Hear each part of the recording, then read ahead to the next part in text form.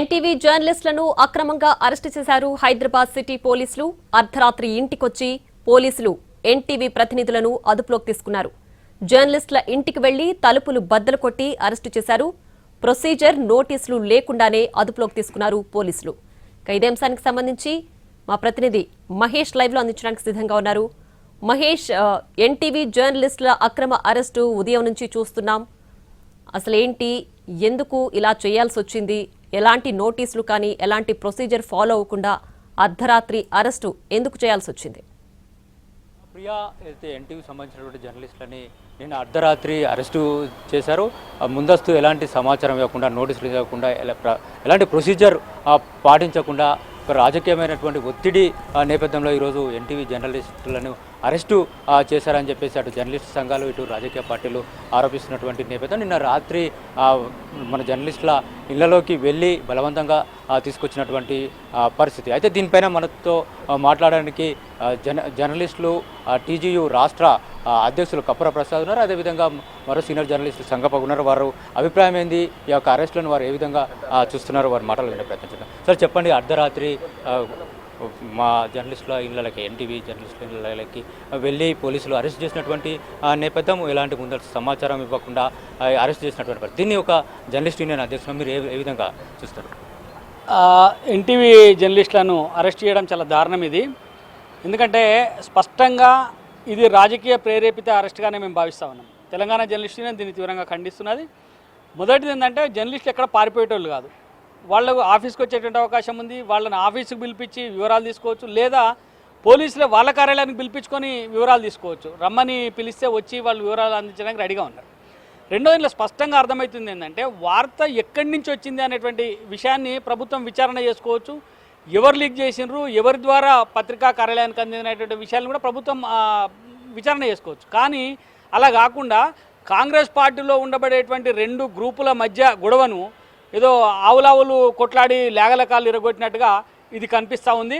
Revanth Reddy group, Revanth రెడ్డికి వ్యతిరేకంగా పనిచేస్తున్నటువంటి ఒక గ్రూప్, ఈ రెండు గ్రూపుల మధ్య ఉండబడేటువంటి గొడవలో అమాయకమైనటువంటి జర్నలిస్టులు ఇరుక్కున్నట్టుగా ఇక్కడ స్పష్టంగా అర్థమవుతుంది. సరే, ఐటమ్ వాళ్ళు వేసినటువంటి ఐటమ్ కరెక్టా తప్ప అనేటువంటి విషయాల జోలికి నేను వెళ్ళట్లే. ఐటమ్ తప్ప అయితే మీరు దానిపైన ఐటమ్ తప్ప అని చెప్పి రిజెండర్ ఇవ్వండి, దానికి సంబంధించినటువంటి విషయాలు పెట్టండి, ప్రెస్ కాన్ఫరెన్స్ పెట్టండి, ఖండించండి. కానీ అలా కాకుండా డైరెక్ట్గా వచ్చి ఏదో పెద్ద నేరం చేసినట్టు, ఘోరం చేసినట్టు, లేదా అత్యాచార నిందితులను కూడా ఇలా ప్రభుత్వం అరెస్ట్ చేయడానికి వెనకాడుతున్నటువంటి సందర్భంలో అమాయకమైనటువంటి జర్నలిస్టులను తీసుకుపోయి అర్ధరాత్రి పూట ఇంటి మీద దాడి చేసి పట్టుకపోవడం అనేది చాలా దారుణమైనటువంటి విషయం. దీన్ని తీవ్రంగా ఖండిస్తా ఉన్నాం. రేవంత్ రెడ్డి గారు ప్రభుత్వం వచ్చిన తర్వాత ఎవరైతే ప్రజా హక్కుల గురించి, ప్రజల గురించి, రేవంత్ ప్రభుత్వం యొక్క చర్యల గురించి మాట్లాడుతూ ఉన్నారో, ప్రభుత్వంలో జరిగేటువంటి అనేక రకాల విషయాలను బయటకు తీసుకొస్తూ ఉన్నారో, ప్రభుత్వ అక్రమాలను బయటకు తెస్తూ ఉన్నారో, వాళ్ళందరిపైన కూడా పెద్ద ఎత్తున దాడికి ప్రభుత్వం సిద్ధమైనట్టుగా మనకు అర్థమవుతుంది. గతంలో రేవంత్ రెడ్డి ఇదే మీడియాను ఉపయోగించుకొని, మీడియా చెప్పేటువంటి వార్తలను ఉపయోగించుకొని, సోషల్ మీడియాను ఉపయోగించుకొని ఆయన ఇలా ప్రభుత్వం అధికారంలోకి వచ్చింది. ఆయన అధికారంలోకి వచ్చిన తర్వాత మీడియా గొంతు నొక్కుతూ ఉన్నారు, సోషల్ మీడియా గొంతు నొక్కుతూ ఉన్నారు, ప్రజల పక్షాన మాట్లాడేటువంటి అందరిపైన కేసులు పెట్టి లోపలేసేటువంటి ప్రయత్నం చేస్తూ ఉన్నారు. దీన్ని తీవ్రంగా ఖండిస్తూ ఉన్నారు. ప్రజాస్వామ్యం గురించి తెల్లారులేస్తే రాజ్యాంగం గురించి మాట్లాడేటువంటి కాంగ్రెస్ ఈ విధంగా ఈ ప్రభుత్వంలో ఉండి అర్ధరాత్రి పూట జర్నలిస్టుల ఇళ్లలోకి పోయి బలవంతంగా తీసుకురావడము, వేరే ఊరికి వెళ్తున్నటువంటి జర్నలిస్టులను ఎయిర్పోర్ట్లో పట్టుకొని రావడం ఎంతవరకు కరెక్ట్ అంటారు? అంటే ఇది ఎన్టీవీ మీద లేదా ఎన్టీవీ రిపోర్ట్ల మీద దాడి చేసి పోలీసులు పట్టుకుపోయిందంటే ఇది ఒక పెద్ద సూచన చేస్తున్నారు. ఒక దాన్ని ఏమంటాం, ఒక హెచ్చరిక జర్నలిస్టులకు ఇవ్వదలుచుకున్నారు వీళ్ళు. ఏంటంటే, మామూలు జర్నలిస్టులు ఎవరైనా ఉంటే మేము ఎన్టీవీ జర్నలిస్టులను, ఎన్టీవీలో ఇన్పుట్ ఎడిటర్ లాంటి వ్యక్తుల్ని, రమేష్ లాంటి వాళ్ళనే తీసుకుపోయి మేము అరెస్ట్ చేసి లోపలేసినాం, మిగతా వాళ్ళతో మాకు పెద్ద సమస్య కాదు అని చెప్పేటువంటి ఒక హెచ్చరిక జారీ చేసే నేపథ్యంలో ఇది జరిగినట్టుగా కనబడతా ఉన్నది. కాబట్టి ఇలాంటి హెచ్చరికలకు జర్నలిస్టులు ఏం భయపడేటువంటి అవకాశాలు ఈ రేవంత్ రెడ్డి ప్రభుత్వంలో జరుగుతున్నటువంటి అవినీతిని బయటకు రాకుండా అడ్డుకోవడం కోసం, ఆ కాంగ్రెస్ పార్టీలో ఉండబడేటువంటి గ్రూపులు బయటకు రాకుండా అడ్డుకోవడం కోసం ఇది పెద్ద ఎత్తున ప్రయత్నం జరుగుతూ ఉంది. ఈ ప్రభుత్వంలో ఉండబడేటువంటి లుకలుకలు బయటికి తెలుస్తూ ఉన్నాయి. ఈ బయటకు తెలిసేటువంటి క్రమంలో వీటిని బయట పెడితే మిమ్మల్ని కూడా అరెస్ట్ చేస్తామనేటువంటి ఒక హెచ్చరిక జారీ చేసే క్రమమే ఇక్కడ కనబడతా ఉంది తప్ప ఇంకోటి కాదు. నేనేమంటున్నా అంటే, ప్రజాస్వామ్యంలో రకరకాల మార్గాలు ఉన్నాయి. వాళ్ళు జర్నలిస్టులను సిపి ఆఫీస్కి పిలుచుకున్నా, లేకపోతే సిట్ ముందరికి పిలుచుకొని విచారణ చేయొచ్చు, లేదా ఎన్టీవీ కార్యాలయానికి వచ్చే విచారణ చేయొచ్చు, ఈ వార్త ఎట్లొచ్చింది అని వచ్చింది. తర్వాత సోర్సులు చెప్పడం అనేది ఎక్కడ కూడా ఉండదు. జర్నలిస్ట్కి వచ్చినటువంటి సోర్స్ చెప్పరు. నీకు అవసరం అనుకుంటే నీ ఇంటెలిజెన్స్ ద్వారా నువ్వు ఏ రకంగా తెలుసుకుంటావు నీ ఇష్టం అది. కానీ చెప్పనందుకు లేదు, అసలు విచారణ లేదు కదా, నీకు వార్త ఎట్లొచ్చిందని అడిగిన సందర్భమే లేదు కదా. కార్యాలయానికి రావాలి, లేదా ఎడిటర్కో చీఫ్ ఎడిటర్కో ఎన్టీవీ యాజమాన్యానికో నోటీసులు ఇవ్వాలా, మీ దాంట్లో ఈ రకమైనటువంటి వార్త వచ్చింది, ఇది పూర్తిగా అసత్యమైందని చెప్పాలా. దానిపైన ఏమైనా వివరణ వీళ్ళు ఇస్తే ఆ వివరణ నీకు నచ్చకపోతే తదుపరి ఏమైనా చర్యలు ఉంటే నువ్వు అడుగులేయచ్చు, లేదా దాన్ని కూడా అరెస్ట్ కాదు. తదుపరి ఏమైనా వివరాలు కావాలంటే మీరు కార్యాలయానికి రండి అని చెప్పి ఒక నోటీస్ ఇస్తే అందరూ వచ్చేటోళ్ళే కదా.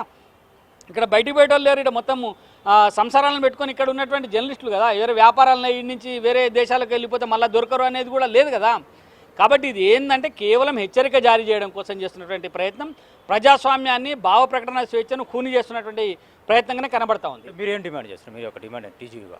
నా డిమాండ్ ఏంటంటే ఇప్పుడు ఎన్టీవీలో వచ్చినటువంటి వార్త సత్యమా అసత్యమా అనేది ఒక అంశం పక్కన పెడతాం.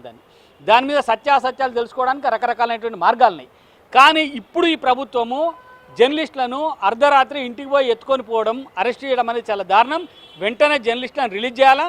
ఎవరైతే ఈ అక్రమాలకు పాల్పడ్డారో, ఎవరైతే చట్టాన్ని ఉల్లంఘించారో అలాంటి పోలీస్ అధికారులపైన చర్యలు తీసుకోవాలని చెప్పి తెలంగాణ జర్నలిస్టులను డిమాండ్ చేస్తూ ఉన్నారు. మీరు చెప్పండి, ఏదైతే అర్ధరాత్రి జర్నలిస్టులను ఇంటికి వచ్చి తీసుకెళ్లినటువంటి పరిస్థితి అయితే కనిపిస్తుంది. వాళ్ళు కూడా ఒక రిపోర్టర్ అయితే కాంగ్రెస్ బీట్ అధికార పార్టీనే రిపోర్ట్ చేస్తున్నటువంటి వ్యక్తులు. సో మీరు ఏ విధంగా చూస్తున్నారు ఈ అరెస్ట్?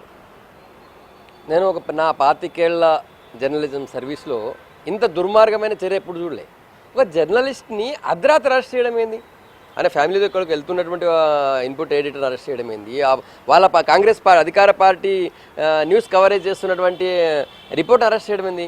మీరు వాళ్ళ జర్నలిస్టులు ఎప్పుడు ఎక్కడ పోయేటోళ్ళు కాదు, వాళ్ళంతా బాధ్యతాయుతమైనటువంటి వ్యక్తులు. మీరు పిలవండి, మీకు ఆ వార్త పూర్తిగా నాకు తెలియదు మొదటిది. రెండోది, ఆ వార్త తప్ప రైట్ అన్నది జోలికి కూడా నేను పోతలేను. ఒకవేళ ఆ వార్త తప్పైతే మీరు 100% మీరు యాజమాన్యం నోటీస్ ఇవ్వండి. ఆ వార్తను చదివినటువంటి వాళ్ళకి మీ ప్రొసీజర్ ఏందో ప్రొసీజర్ ఫాలో కావాల్సి ఉండే. కానీ జర్నలిస్టులని మామూలుగా గుండల్లాగా, లేకపోతే సిటీ వదిలేసి పారిపోతున్న వాళ్ళు, లేకపోతే దేశం వదిలేసి పారిపోతున్న వాళ్ళలాగా అరెస్ట్ చేయడం అనేది చాలా దుర్మార్గం. ఇది ఎట్టి పరిస్థితిలో కూడా ఇవి అరెస్ట్ చేసిన వాళ్ళు వెంటనే వదిలేయాలా. మీరు ప్రొసీజర్ ఫాలో కావాలా. వాళ్ళకి నోటీస్ ఇవ్వండి, యాజమాన్యం నోటీస్ ఇవ్వండి. మీ ఇప్పుడు సిట్ నియమించారు కదా, ఆ సిట్ కార్యాలయాన్ని పిలవండి. జర్నలిస్ట్ రారా, వచ్చి చెప్తారు కదా అది ఎక్కడి నుంచి వచ్చింది, ఏమొచ్చింది, దానిలో వాళ్ళ ఎక్స్ప్లెనేషన్ అడగండి. ఒకవేళ అప్పటికి కూడా మీరు సాటిస్ఫై కాలేదు, బరోబర్ వీళ్ళు నిందితులు పక్కాలి అన్నప్పుడు అప్పుడు మీరు నోటీస్ ఇచ్చి అరెస్ట్ చేయండి. కానీ అర్ధరాత్రి ఒక మహిళా యాంకర్ ఇంటికి పోయి ఆమె హడావుడి చేసి వాళ్ళ కుటుంబ సభ్యులు భయపెట్టింది, అర్ధరాత్రి కుటుంబంతో బయటికి వెళ్తున్నటువంటి ఇన్పుట్ ఎడిటర్ స్థాయి వాళ్ళని అరెస్ట్ చేయడం ఏంది? ఇదైతే చాలా దుర్మార్గం. ఇది రేవంత్ రెడ్డి గారు, మీరు ప్రతిపక్ష నాయకుడిగా ఉన్నప్పుడు మిమ్మల్ని అర్ధరాత్రి మీ ఇంట్లో నుంచి గత ప్రభుత్వం తీసుకెళ్ళినప్పుడు మీరు ఎట్లా ఫీల్ అయినారు, ఆ రోజు మీ కుటుంబ సభ్యులు ఎట్లా ఫీల్ అయినారో, ఈరోజు మీరు దాన్ని ఆ కక్షని మీరు ఎవరిపై తీర్చుకోవాలని వదిలేసి మీరు జర్నలిస్ట్ మీద పడడం ఏంది? ఇది చాలా అన్యాయం. ఇది మీరు ఆల్రెడీ ఇప్పుడు మీ చేతిలో ఫోన్ ట్యాపింగ్ కేసు ఉంది, మీ చేతిలో అది కాళేశ్వరం కేసు ఉంది. వాళ్ళు ఎవరిని మీరు అరెస్ట్ చేస్తలేరు. ఆ తర్వాత కార్ రేస్ కేసు ఉంది, మీద formula 1 race car race case ఉంది, దానిలో ఏం చేస్తలేరు. వాళ్ళు ఎవరు అరెస్ట్ చేయాలి వాళ్ళని చేస్తలేరు. జర్నలిస్టుల మీద ఎందుకు పడ్డారు? ఒకవేళ వార్త తప్పు అయితే, నేను ఆ వార్త నాకు తెలియదు, నేను చూడలే వార్త, నాకే తెలియదు 100%. కానీ ఆ వార్త తప్పు అయితే దానికి ఒక ప్రొసీజర్ ఉంటుంది కదా. జర్నలిస్టుల మీడియాలో కూడా చాలాసార్లు వార్తలు వచ్చినప్పుడు ప్రభుత్వాలు కావచ్చు, వ్యక్తులు కావచ్చు, నాయకులు కావచ్చు, వాళ్ళకి నచ్చకపోవచ్చు, వాళ్ళకి దాన్ని ఖండిస్తుండొచ్చు. మీరు అదేవిధంగా మీకు రిజైండర్ ఇవ్వండి. మీకు ఆల్రెడీ మీకు అనుబంధంగా ఉండే చాలా మీడియాలని ఆ మీడియాల ద్వారా ఖండించండి. కానీ జర్నలిస్టులని అర్ధరాత్రి ఎత్తుకుపోవడం ఏంది? మీ అధికార పార్టీ రిపోర్టర్ 24 hours ఎప్పుడు పొద్దుట నుంచి సాయంత్రం దాకా మీ గాంధీ భవన్లోనే ఉంటాడు. ఆయన పారిపోతాడు అని మీరు పిలిచి అడగచ్చు కదా. లేకపోతే ఇన్పుట్ ఎడిటర్ రారా, ఆయన వదిలేసి పారిపోతున్నాడా? ఆయన ఎట్లా మీరు అరెస్ట్ చేస్తారు? ఏదైతే అన్యాయం. ఇది వెంటనే అరెస్ట్ చేసిన వాళ్ళందరినీ కూడా వదిలేయాలని డిమాండ్ చేస్తున్నారు. ఓకే, ఇది ప్రియా జర్నలిస్టుల యొక్క అభిప్రాయం. వెంటనే జర్నలిస్టులను విడుదల చేయాలని చెప్పేసి డిమాండ్ చేస్తున్నారు. ప్రజాస్వామ్యంలో ఇది మంచి పద్ధతి కాదని చెప్పేసి కూడా వారు అంటున్నారు.